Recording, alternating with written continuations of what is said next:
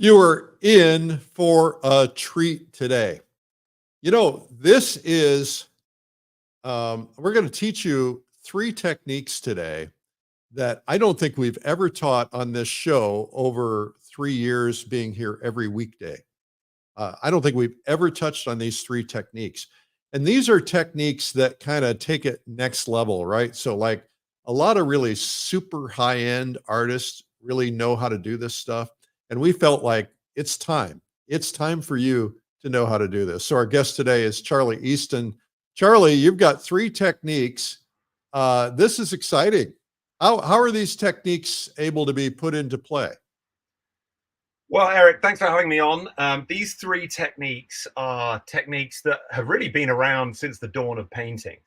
But as you say, not everyone uses them these days, especially when it comes to painting plein air. And really, you can use these techniques in any medium. You can use them in watercolor. You can use them in obviously acrylic, which is what I deal with mostly. And you can use them in oil. So these three techniques that I'm going to share with you today are going to be super exciting for all of you to incorporate in your painting. And what they're going to do is they're going to give you a greater sense of variety in your painting and your scenes, and also a greater sense of depth. I got to tell you, I know what the three techniques are. We're not telling everybody what they are yet. But the first time I saw each of these, I was completely blown away. I mean, the light went off and it's like, what? You can do that? You can get that effect? And it was like life-changing. So it's going to be a good one. Let's get this show started. It's Art School Live with Eric Rose. All right, our guest today is Charlie Easton up in Canada. Charlie, where are you up there anyway? North of the US border. Well, we're all just north of the US border. We're in Vancouver, Canada right now. You're in a very messy studio with paintings everywhere. I'll show some of those to you later. But yeah, well, you're one thing that's pretty exciting is you're doing like big giant paintings. And so I've asked Charlie at the end of the show if he'll show us some of those big giant paintings in his studio. And I love messy artist studios. I don't know about you guys. So Charlie, I think it's time to get into this and try to figure out what these three things are. So take it away. Okay, right on. Well, actually, what I'm going to do, Eric, as I mentioned to you before, I'm going to do a little bit of theory and a little bit of practice in this demo for you today. And as I said, we're going to show you these three painting effects that really can improve your painting. As I said, it works for all mediums. I am going to be talking more and demoing in acrylic, but you can do this in oil as well. And I'll explain a little bit how you can do it as well. You know what I probably should do, Charlie, is I should probably show a couple of your paintings just so people see. Yeah. Because they're going to go, oh, how do you do that? Look at this. I mean, how do you do that? And these are just spectacular. These happen to be acrylic paintings, but the techniques you're going to learn today are techniques we've never featured on this program before, and they're going to blow you away. You got to hang in here for this one. Okay, Charlie. Okay, let's get into theory. Let's do some theory. Okay, so as I was saying right at the beginning, what do we want to do in a great painting? We want variety and we want depth. If you think about all the great landscape paintings that you love, I bet you they have this. And the artist will be achieving these techniques or achieving variety and depth through a number of different ways. But the main way is through relationships. And Eric, I'm sure you've had plenty of other people coming on talking about how painting is relative. You do one thing to an object, it affects another. And I find this all the time. All the time, I will make an object bigger, the other one relatively becomes smaller. It diminishes the perceived size of it. Or in fact, what often happens is I'll just quickly change a color and suddenly, oh my word, it's changed the whole palette of the painting. And I either have to address what I've done or I have to change what else is out there. So if you increase one thing, you diminish another. That is just the way it works. And when it comes to color, and then what we're going to be, all three of these techniques that I'm going to be sharing with you today, Eric, and with all the viewers, is about mixing color. And the thing that I want everyone to think about is how colors on your canvas, so the canvas represented by the beige square here, they all have a voice. And that voice can be loud or it can be subtle. And in this instance, the two voices of this magenta and the green are having a very loud conversation. And so you can imagine, you can hear that when you see the painting. These two colors are having a slightly softer conversation, but it's still a conversation nonetheless. And that's what happens when you have two colors side by side. They have a conversation. Look at these two colors, super loud conversation. You can perceive the yellow, you can perceive the purple separately, and they're having a super loud conversation. Now, what happens, Eric, when you blend those two colors? So you got your dioxazine violet, you've got your Hansa yellow, you start mixing it together on your palette. Well, what happens is, to start with, you can see the two different colors. And then as the blend at a pigment level is starting to blend more, you start to get this desaturation of your color until the point where the mix is happening at a pigment level and you can no longer perceive the yellow or the purple. And that's what, these are the two colors that started off to create this brown. And now it's super desaturated where you are right now because you've blended it paint into paint.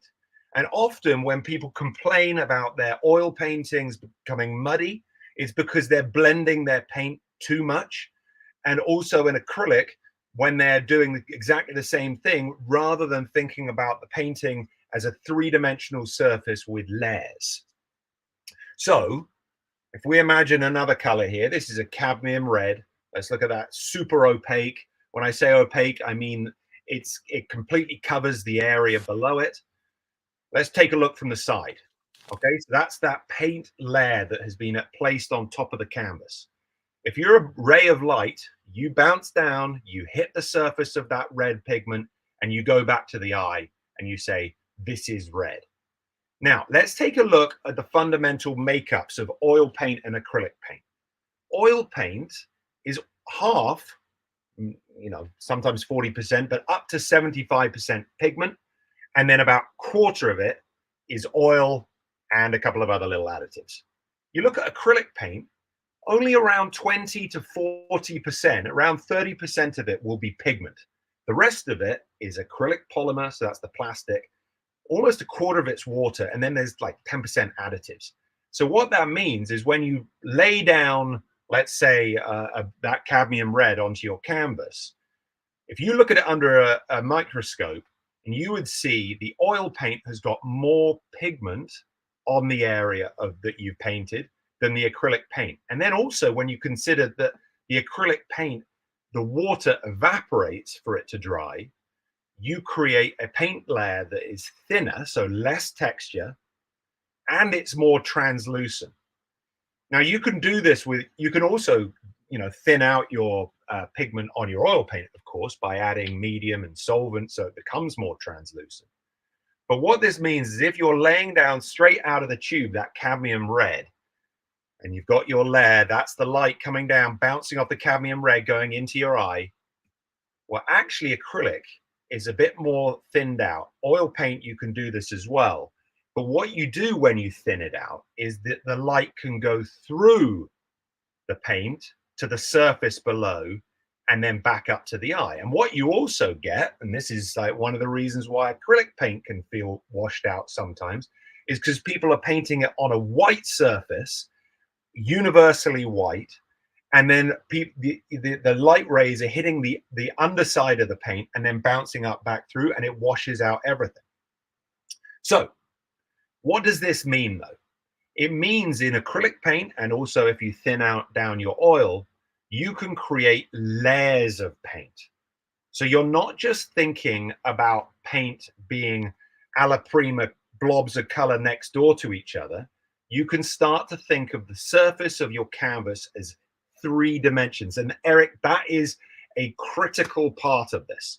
And also it's why artists still have a job, because in the future, as everyone's getting big screens on their walls and they're able to project images onto walls, those surfaces are inherently flat.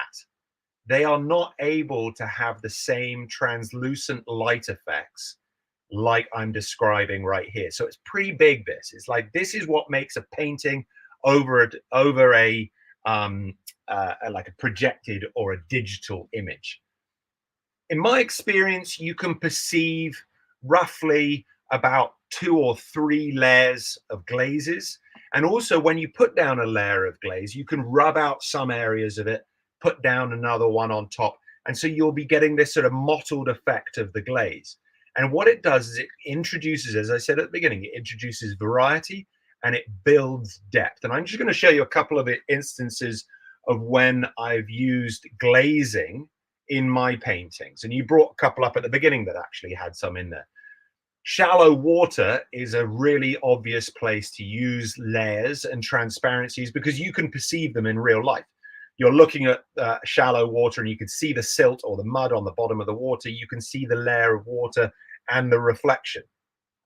But similarly, I actually use transparencies a lot, like in this painting here, in the foreground in order to create richness. So I'll paint down the grasses and then I'll glaze them with something warm.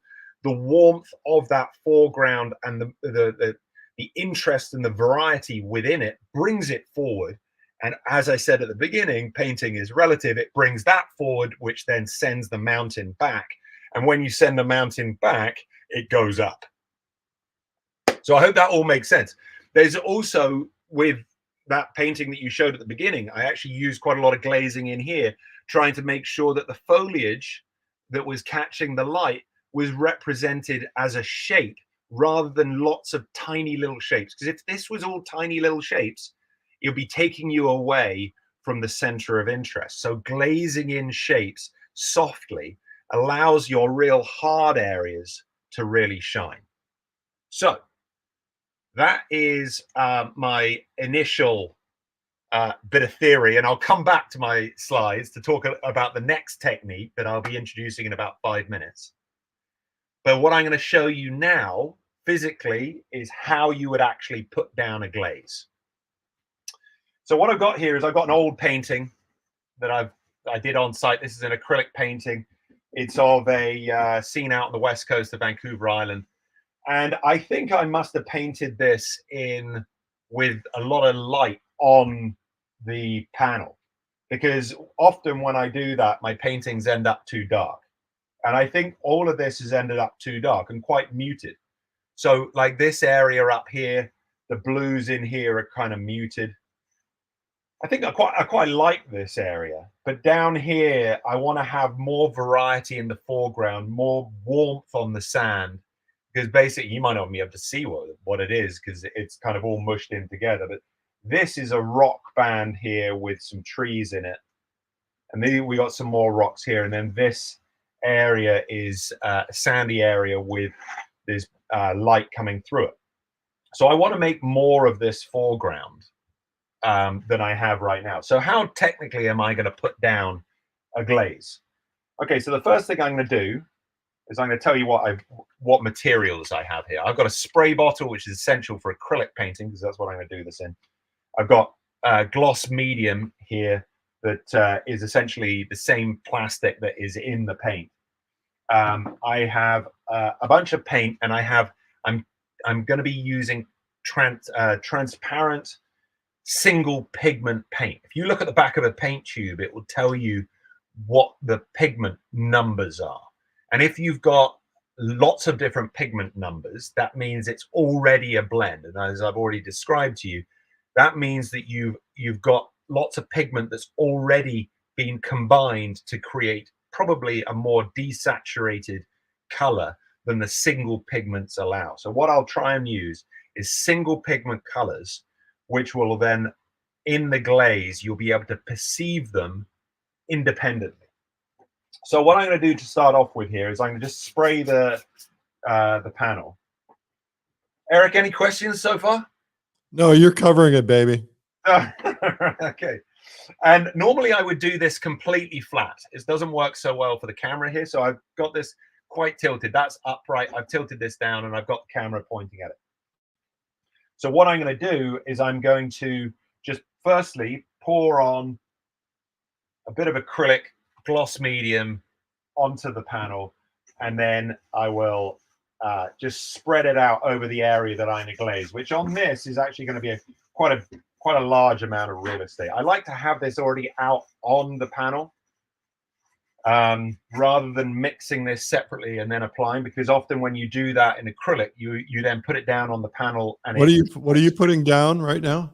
This is just acrylic gloss medium. It's basically the same plastic that is in the tube of paint already. And if I put too much down there, this is a little tip for you.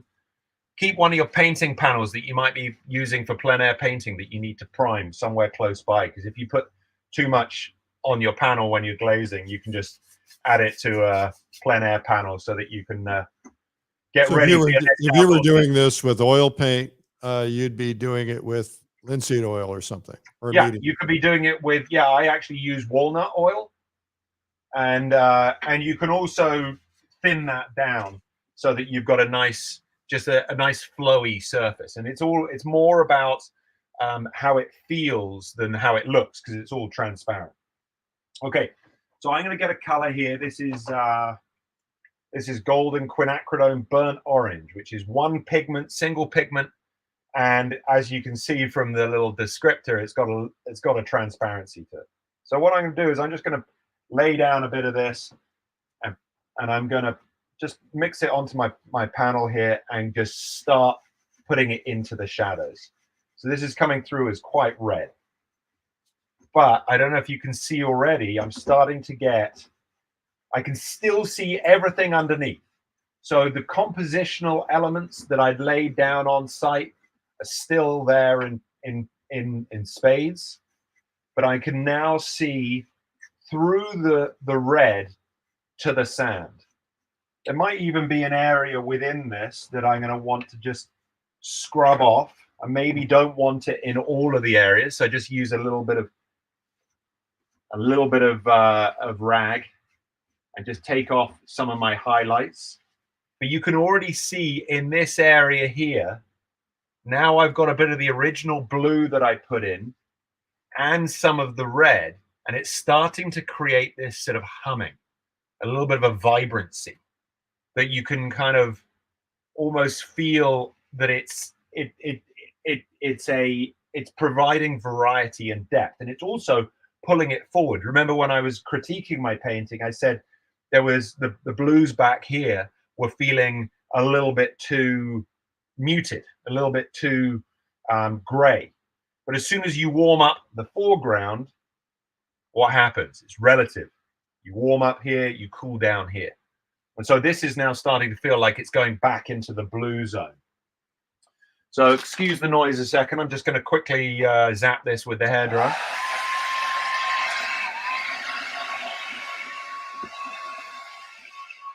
Our guest today is Charlie Easton, and Charlie is zapping with a hairdryer.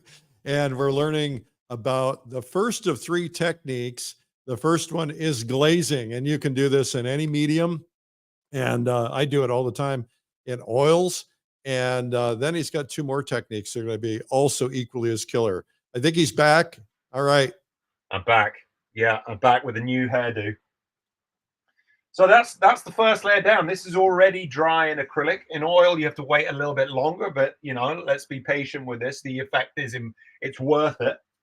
So I'm now going to lay down another one. So let's put down a bit more of my gloss medium. I'm going to change my brush because I don't want to pollute it with the red that I had there. And I'm actually going to go in now with 2 different colors onto this. So there's going to be one more in the sand, and then I'm also going to glaze a bit more light into the trees. So there we go. I put down my layer that I'm going to paint into. And then I'm going to mix in here a little bit of green and yellow for the tree. Sorry, yes, I'm going to put in a bit of yellow up into the trees. So here's my little, it's like a cadmium. You love your cadmium green, don't you? I do love my cadmium green. So I'm going to put a bit of cadmium green. How did you know that? I think I saw a video once, Eric. Either that or it was it's a well-known in the industry. Always talk to Eric about cadmium green. But you see here, like I'm glazing into here. often with acrylic paint and also oil, when you're laying in some paint, it can come across with a really hard edge.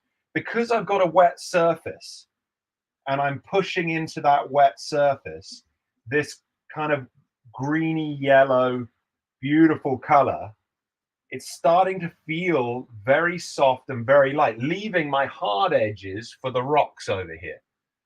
So let's put that in a little bit thicker, still a very wet surface to work into. And you can start to see this is the indication of light coming through the trees, which is then creating this effect on the beach. So light is dead straight, so you've got to make sure that your light rays don't wobble. But there we go. You can see that light now is coming through and providing a really nice glazed area on top of what's behind it. So there's still, you might not be able to see it, but there's still lots of marks here about in the darks, but I've just been able to lift it slightly. And this will dry a little bit darker than I have shown. One of the nice things about using acrylic is that you can let it dry pretty quickly. You know, oil, you have to wait a few days. Absolutely. So let's get a little bit, I'm going to get just a bit more orange into the beach in the front here. So this is still wet, and I'm just going to go around the edges of the shadow, just glazing the edges of the shadow. Oh, so you're getting that little secondary edge. Yeah. So I'm able lighter to put this in and it becomes wet, a wet edge, which then is a lot softer. And then if you're thinking about this painting and the structure of it, really all the crunchy lines are happening here in the rocks. But all around the sand here, the sand that has been washed by the water, it has got more of a softer edge to it. And so if you're laying in paint 𝗙𝗲𝗀𝗆, as the Italians would call it, you know, really opaquely, one color next to the other, you might create edges that draw your eye towards you in a way that you don't actually want. Wow. Wow. That really changed everything, didn't it?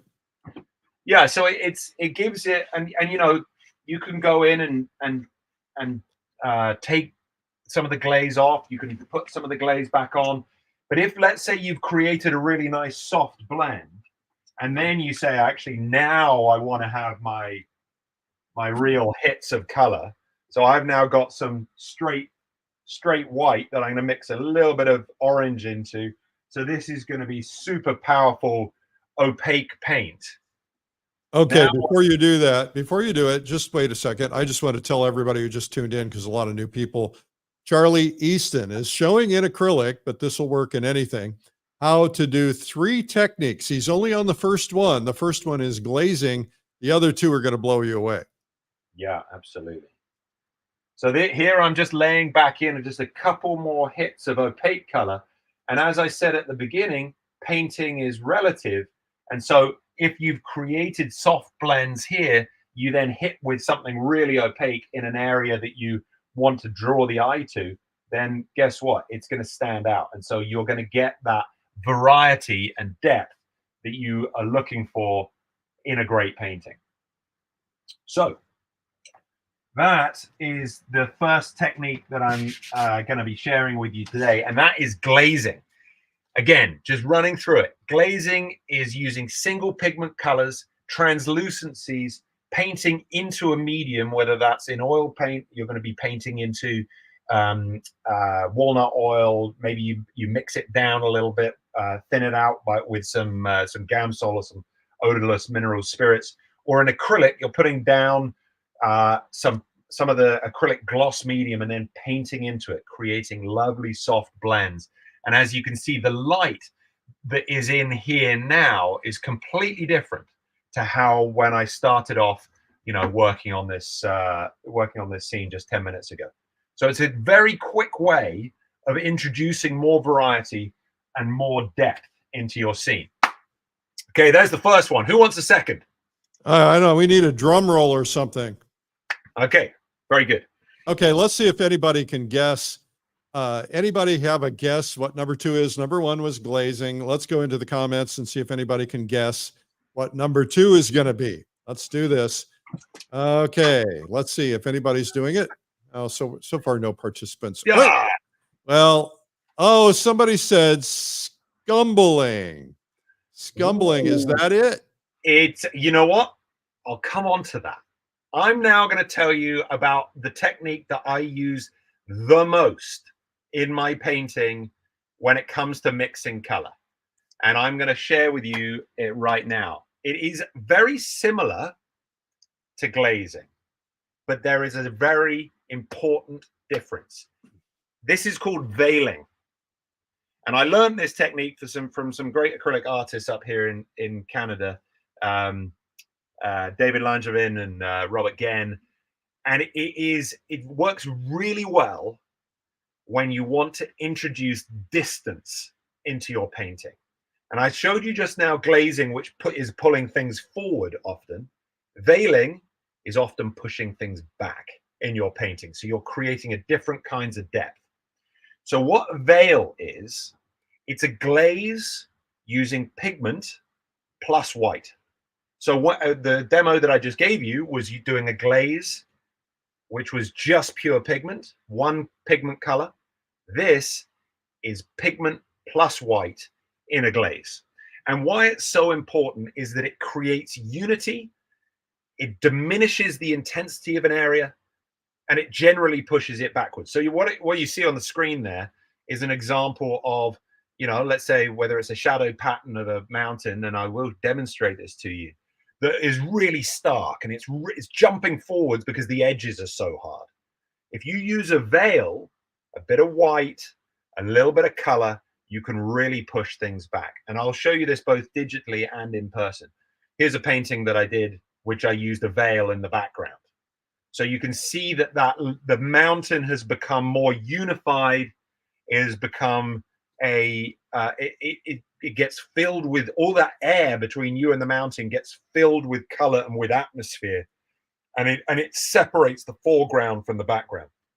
I use veils a lot when I go back into old paintings. Here's a painting I did probably 15 years ago, and you know, there's still some things I like about it. I still quite like it compositionally. It doesn't feel as subtle as some of the work that I'm doing now. But what would I do to it? And this is, I'm just doing this digitally to give you a very quick example of what I might do. That would be a glaze with a little bit of blue and a little bit of white. And I might go, well, okay, but it's made everything feel really cold. I need to warm it up a bit.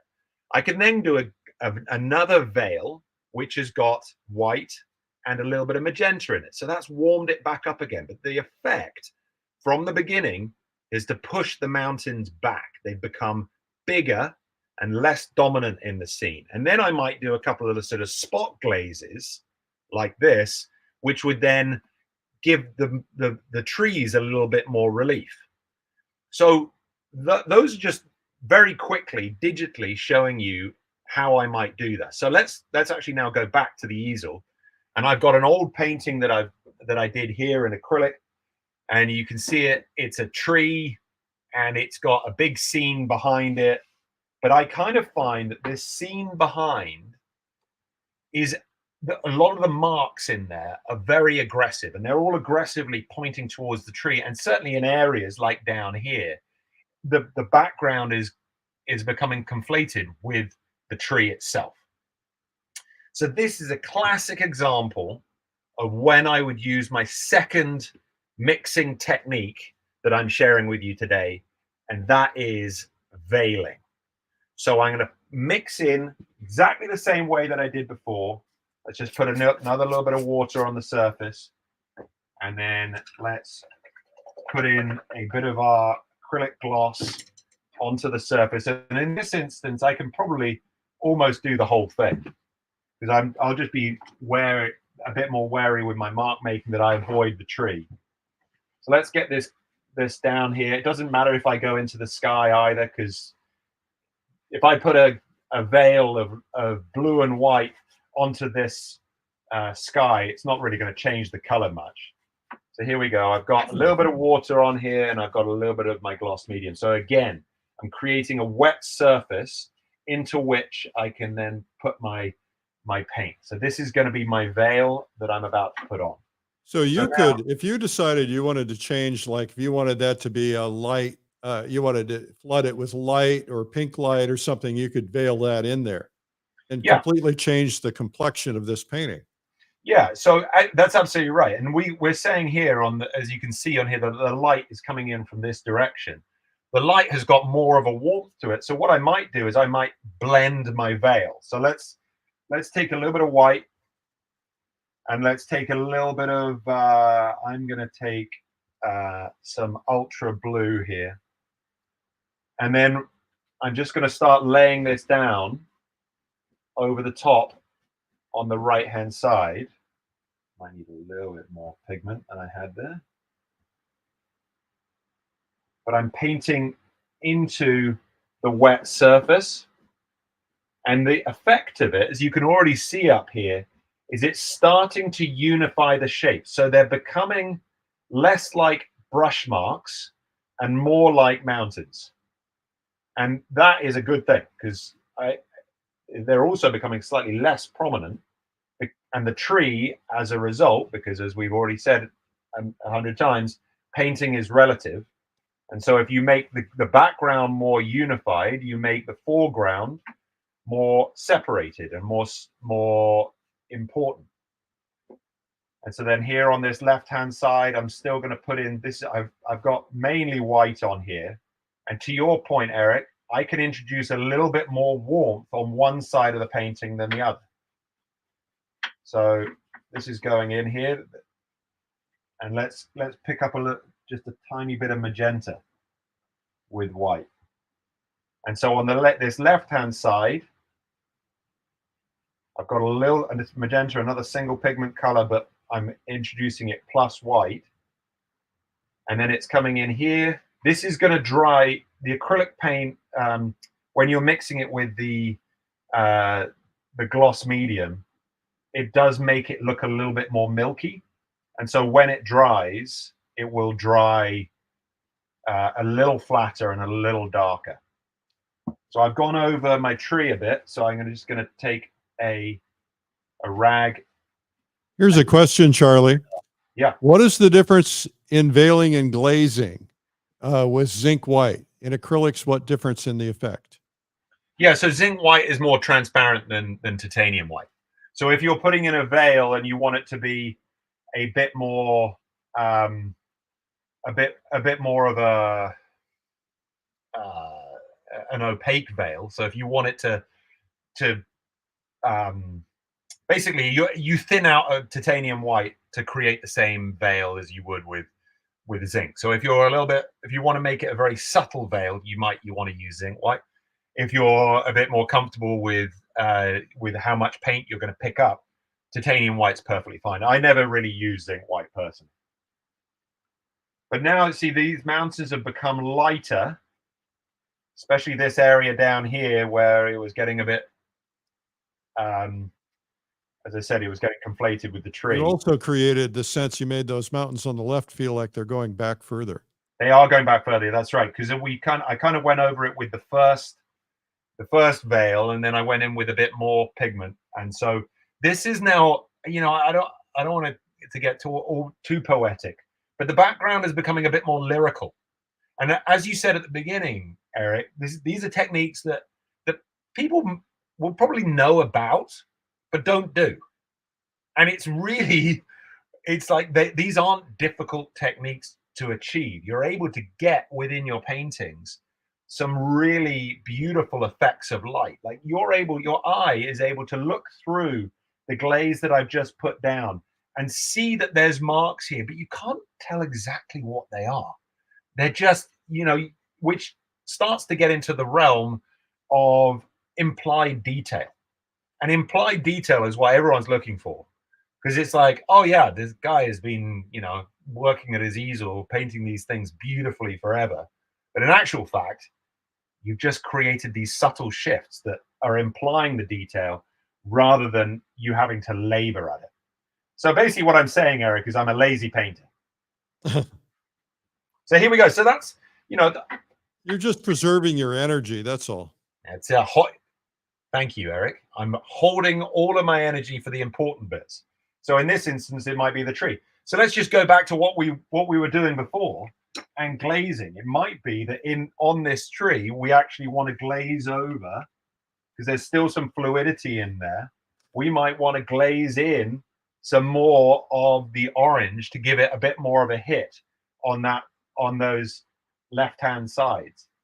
Okay, here's a question from Rosemary. I'm sorry to interrupt. Yeah. He calls it gloss medium instead of matte medium. Does that mean that there are only parts of his finished work that are glossy? No, at the end of my paintings, I typically always put like I guess it would be more of a satin varnish over the top of the painting. So it doesn't matter whether right now this area is glossier than this, because once you put your finished top layer on it, everything becomes that consistency. Okay. Welcome, Pakistan. Nice to see you here today. Right on. Some great mountains in Pakistan. Yeah, let's go paint them. Yeah, let's do it. Charlie, I think I see a trip brewing. We now have a friend in Pakistan who can show us around. Yeah, that's ideal. Did I hear somebody say Scumbling, Eric? Did somebody say Scumbling? Well, that's number 3. I think somebody said Scumbling. Yes. Okay, so let's talk about Scumbling. And this is my 3rd technique of 3. So what have we already covered off? We've covered off glazing, which is painting single pigment into a wet surface, and it creates variety and it typically brings elements forward. We've now just talked about veiling, which is painting into a wet surface, and what it's doing is you're introducing white into your glaze, and so you're pushing things back. You're creating unity. So let's talk about the final one, and that's scumbling. And scumbling is using a dry brush. You're taking 2 different colors, so therefore you have 2 different temperatures. You're using opaque paint, and you're building up optical layers. So if you imagine that yellow and purple description that I showed you earlier, that you can see the yellow and the purple side by side, and they reverberate. They have that conversation. As I was mentioning, everything's got a voice. So they're having a very vocal conversation next door to each other. When you're doing scumbling, you're using the surface of your panel or your canvas to catch dry paint as you're pulling across it. Okay, so you're building up optical layers. So it's still got that 3-dimensionality to it that I'm talking about. That's why we're still looking at this from the side. But you're creating a separation of the pigment that the eye can perceive. Again, when you blend 2 colors together, it gets down to the pigment level and you can't perceive the difference. So why or where would I use scumbling? I find scumbling using dry brush, one color over another, makes an area more intense, and it generally makes an area more interesting. And it's great for things like an area of the sky that you want to look at. So this is a painting this is a big painting. This is 48 by 72, so 4 foot by 6 foot painting. Big piece, lot of real estate devoted to the sky. So if I made that sky a blend using really wet paint, wet into wet, you wouldn't get the activity that you get, and I'll show you just a close-up of that, of the dry brushing of the blend. And this is quite tricky to do in acrylic because everything dries so fast, and so it also dries darker. So you've got to kind of plot your course through it, and that's for another time. But you can do this also in oil paint. You know, if you mix a little bit of stand oil into your oil paint, you can get your brushes, they get a little bit more gummy, and you can create more of this lovely dry brush over sort of semi-dry paint. And you can have these areas where you can kind of see the painting that's happened below, but you can also see the painting that's happening over the top. And that creates an active area that draws the eye. You know, this is a painting that I did last year of a waterfall. And, you know, there's some areas in here where I'm painting it blended into blend, so it's a bit more smooth. But then when we look at, let's say, down in the bottom area, down, you know, lower down near where the water is kind of billowing up over the top of rocks, I've used dry brushing in that area because I want you to look at it. It's such an integral part of the painting, which is the motion of the water and how it's being spat up and over the top of all the objects around. It's being spat out? Yeah, the water is. Yeah, you're being so English. Oh. I'm allowed to be. I mean, Yeah, it's like, no, you are. So yeah, so there we go. That's a little bit of scumbling that I've used live there, and it's you know, so up here in the rocks, the painting is done. Yeah, it's staccato, but it's alla prima. It's right next door to each other. Those rocks, they feel like they have form. They're crunchy. They're sitting in front of this very wet subject that is rushing past, and then I'm using a mixture of blends in the water to indicate the variety that's happening when water is moving over the top of each other. So that little bit of scumbled blue over the top of the rocks there is absolutely critical to this painting. So let's take a look at scumbling and see where I might use it. Okay, so scumbling, just to reiterate, is dry brush. So you're not putting a bunch of medium in your brush. You're not coming out with putting some oil or something into it, right? No, I'm just using, and if it was oil paint, if you're just using the oil, let's take something like this. Okay, so this is a painting. We got, you know, a beautiful mountain over a lake. This is a very unfinished painting, but it's one of the things that I really like dry brush for is when you're showing a reflection that you really want to look at, a real like poppy reflection. So I'm going to show this very quickly, but I haven't at the moment got much of a reflection of the mountain down lower. Actually, I'm going to just change this up so it's held in place a bit better. Got my old French easel out for once. I'll never get this out. Yeah. Real pleasure to see it again. There's a reason for that. Yeah, they're so heavy. It is great. You know, the developments in plein air painting has meant that everything's got lighter, and yeah, unfortunately these old trusty things are they're solid, which is great, but they're weighty. They're weighty. So when it comes to putting in this reflection down here in the water, I've got a lot of real estate here in the water. There's a lot of area of my panel that is devoted to it. This is actually painted onto wood, and so there's not a great like textural surface to it, but there's still enough there to grab the paint. So I'm just going to take straight white just to show you here. And what I do to start with is I start putting it on my palette, and I almost try to get it out of my brush. I want it to almost, my brush, like I might get it here and then just go to another part of the palette and just dry it off, so that's pretty dry paint in here. And then reflections, they typically don't go left to right, they come down. So I'm just going to put my brush up at the top, and then I'm just going to drag over the surface of the paint the reflection of this coming down. So when you're painting this initially, you're not putting that reflection in. You know you're going to come back into it and scumble in. Yeah, absolutely. And actually what happens a lot, Eric, is you go to a place, maybe it's early morning to paint, and everything's calm, and you start your painting. And then typically, as we know, during the day, the wind picks up as the thermals pick up. And then the lake, they'll become this absolute, you know, everyone talks about magic hour in light. There's magic hour on water as well, which is where you just get the lake gets a little riffle and it will catch light. And it might be something lateral or it might be something vertical, but it's just that moment where you've got the beautiful, almost mirror reflections, and then you get a little hit, and you can go in and you can scumble. Sometimes maybe it's around a rock, and you get like a little hit of the light, or it's a reflection dragging down, and you can still see the water below it, but you're just catching the top of the surface, and you're creating a very active area that is saying to people, take a look at me. So this scumbling dry brush is something you know, that you can do in any medium.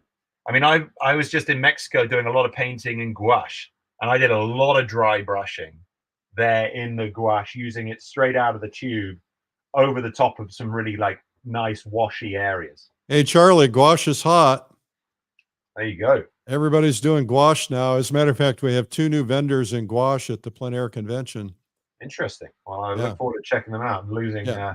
Yeah, you're going to be teaching at the plein air convention. We're so very excited. You're having to go a lot further distance than me because you're coming from Vancouver. Yeah, I'm looking forward to it though. It's an area of the continent that I haven't seen yet. So I'm really looking forward to getting into the Great Smoky Mountains and having a paint up there, and of course meeting everyone and meeting your vendors. And last year I did some serious damage at the Rosemary Brushes stand, and actually there's lots of good people there. So I'm looking forward to getting back there.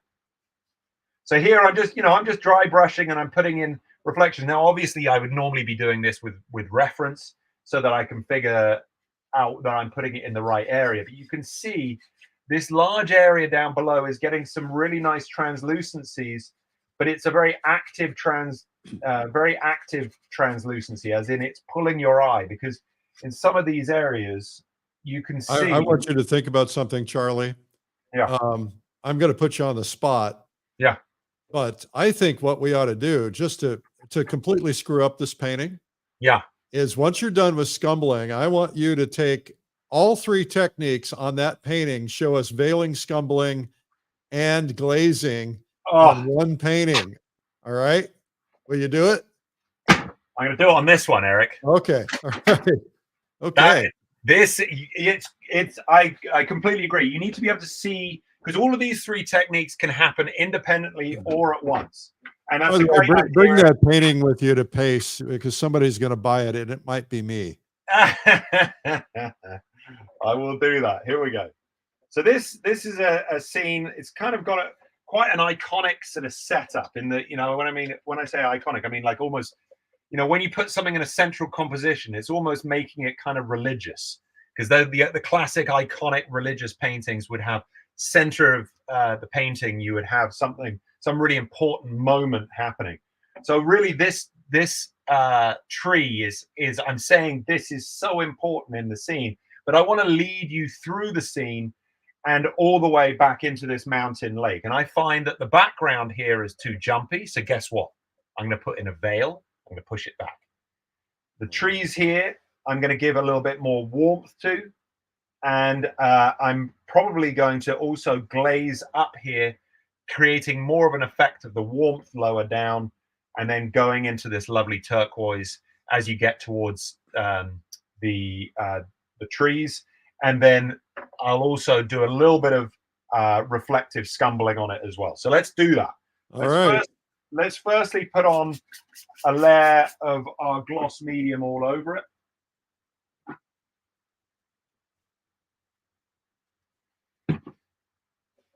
And again, this can happen quicker in acrylic, but it's not unique to acrylic. All of these techniques, like, the grandmasters, often what they would do is they would start on a white canvas, which is the most luminous your canvas is ever going to be. And then they would paint a grisaille. They would paint just a tonal painting of what they want to do. And then they would go over it with glazes of color. And that is a very good, acceptable way to paint. That's how I learned to paint. That was my first instructor taught me that. Yeah. And now, typically, when we go outside to paint plein air, we're going and obviously painting 𝗨𝗏𝗄𝗏 and putting in things very, very thick and chunky and manipulating our edges and all the rest of it. And that's great too. But the joy of acrylic is you can do both in the same sitting. So there we go. We got a really nice wet surface to paint into. I'm going to start with the glaze. That's what I talked about first up. And what we're going to do is we're going to put in a little bit more warmth lower down. So I've got some, whatever this is, burnt orange. And we're going to put a bit of that into our, I mean, look at the way that gives this area far more light, far more variety. You were a little bit surprised by that, weren't you? I was, it's like that's not part of the joy, isn't it? When we're painting, as you know, Eric, it is a it's an exploratory process. You know, you never know exactly what's going to happen. You can have you can have some good plans, but so there we go. We got a little bit of warmth going into the bottom. I might even extend that warmth into the rocks there, so it just creates a little bit more of a softness between those two elements and brings those rocks closer to me than these rocks. So those are two reasons to glaze there. And then what I'm going to do is I'm going to veil at the back. So let's find a brush that hasn't got too much gunk on it. And I'm going to take a little bit of white and a little bit of blue. And I'm going to veil out these rocks at the back. And the shadows that are in there too. You can see it's pushing away. I was definitely worried actually, Eric. When you're trying to film a glazing process, it's kind of challenging because it creates so many reflections. But hopefully you're able to pick up what I'm putting down here. And then I'm actually also going to glaze. I'm going to veil, sorry, the water behind because I want that to go back as well. And as I'm veiling that, I might introduce another pigment into that mix. I'm just going to put in a tiny amount of yellow because then it's going to veil it kind of more into a green zone, which is sort of more watery, or at least the water, the beautiful water we have up here. Okay, so there's the veils happening in the background. So we've gone glaze in the foreground, creating more richness, pulling it forward. I might actually do another glaze down here as well. And I'm also gonna, we're still wet all over here. So I can now go and just put another couple of glazed hits into the trees. So I'm gonna go in with, again, a bit more of that cadmium green and just glaze into that very soft marks because they're going into wet surface. Maybe that's a little bit too much. You can smush it around with your finger.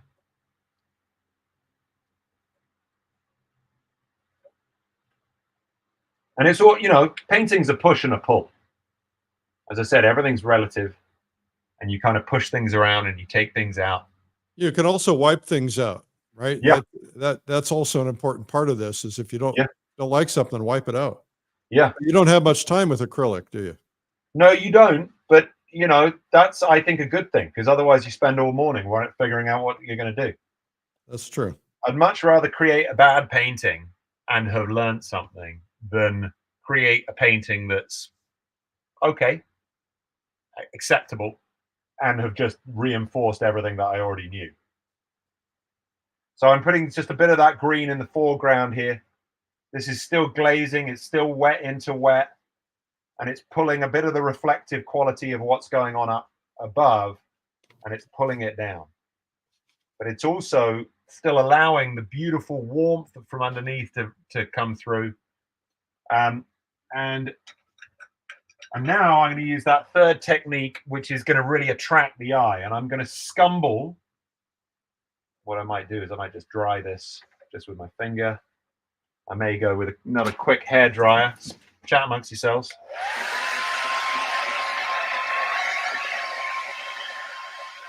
So I'm just drying this area here. It'll be dry within 30 seconds.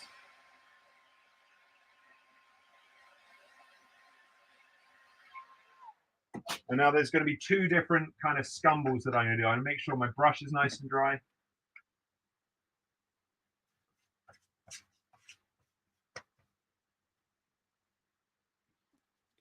And I'm going to scumble a nice warm scumbled layer. I've got some white. You've got about 4 minutes left. Yeah, that's all I need. No pressure. There we go. You could do a whole painting in 4 minutes. Yeah, why not? Yeah. So here we are, a bit of dry brush.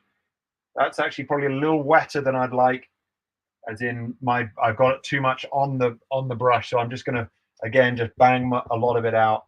And I'm just going to create a couple of little reflective glints of those rocks that are going to come down.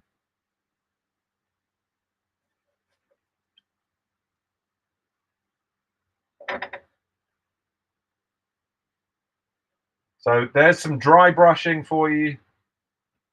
And then you've got the glazing in here and the veiling that's going on behind. So just a reminder, if we're looking at our three different, oh, let me move me. There we go. If we're looking at our three different techniques that I've talked about today, Eric, we're talking about glazing, we're talking about veiling, and we're talking about scumbling. And the difference between those three, pop me back. The difference between those three is that glazing, you're painting into wet, you're unifying areas and you're making them more intense, bringing them forward. Veiling, you're using pigment plus white, you're painting it into a wet surface, you're unifying an area, but you're diminishing the intensity, so you're pushing it back. And then the scumbling, it's dry brush, you're creating separation, and you are making things more intense. And veiling contains white. What's that, sorry? Veiling contains white. Veiling contains white, yeah. So those three are the different techniques that I've shared with you today. And all of them are there to just create variety and depth. Because that's what we're doing, Eric. It's such a tricky thing, is we are trying to create an illusion of space on a two-dimensional plane, which is like, that's the trick of representational painting. And so any of these techniques, like the ones that I've shared with you today, that you can use in your painting will make you a better painter. All right, Charlie, we don't have much time, but you promised a quick studio tour. So flip that camera around. Okay, so there's the painting. Like, how am I going to do this? Okay, so here you go. Here's the mess. I'm about to do a big road trip across the Rockies. That's a 4 foot by 9 foot painting of the Rockies of Moraine Lake. Is that a triptych? It looks like it's a 3-panel. Yeah, it's a triptych. It's one of the reasons I love painting in painting a triptych is it almost indicates to the viewer that you need to look at 3 views independently, and that the scene is so big that you can't contain it onto one panel. You have to almost turn your head. And so when it's a painting this large, having it on multiple panels makes it logistically easier to deal with, but it also it introduces another reason for the viewer to move their head. Charlie, there's what a another mess. piece there. Light's obviously not ideal, and then you can see the rest of the studio with all my plein air work that informs all of this. So lots of stuff going on. I'm probably about to deliver maybe 30 paintings up to galleries in Calgary, Banff, and Jasper. And then I'm also going to Worcester. So anyway, there's lots going on right now. It's all fun and games. Bring some paintings to the plein air convention, and you're part of the faculty, so you're in the sale. Yeah, and maybe you can sell some big ones there. Yeah, we'll see. I'll get them home. Well, you have to carry them on an airplane. That's the hard part. Well, bring a bunch of little ones. Yeah, right. Charlie, you're a rock star, man. Thank you so much. Everybody loves your teaching. You're so good. You have such a great teaching ability, a great demeanor, a great personality, and you're very well prepared. So thank you for that. It means a lot to everybody, including me. I'm looking forward to seeing you at the plein air convention. Maybe we'll paint together. I'd like that. If not, we'll at least lift a glass. Oh, excellent. My two favorite things to do. Really? Okay. All right. Painting or lifting a glass, I guess. Well, either or. Yeah, okay. Maybe together. All right. Thank you, Charlie. Thanks, everyone. All right. Bye-bye. What a delight. What a delight. Thank you, Charlie EASTON. And now today you learned about glazing. You learned about veils and scumbling. And you probably didn't know those because we've not done them on the show before. Some of us have learned these over the years. It's nice to get that reinforcement because it's like I forget to do it. I have this painting I did last night, and it's like calling for a little bit of scumbling and calling for a little bit of glazing. And I was trying to figure out how I was going to accomplish a certain technique, and he solved it for me today. So I'll get in there in the studio and work on that. Hey, we're here every weekday at 12 noon. This is Art School Live, and my goal here is to make painting easy, help you understand it. If you watch just 5 shows, you will gain the confidence that you can do this.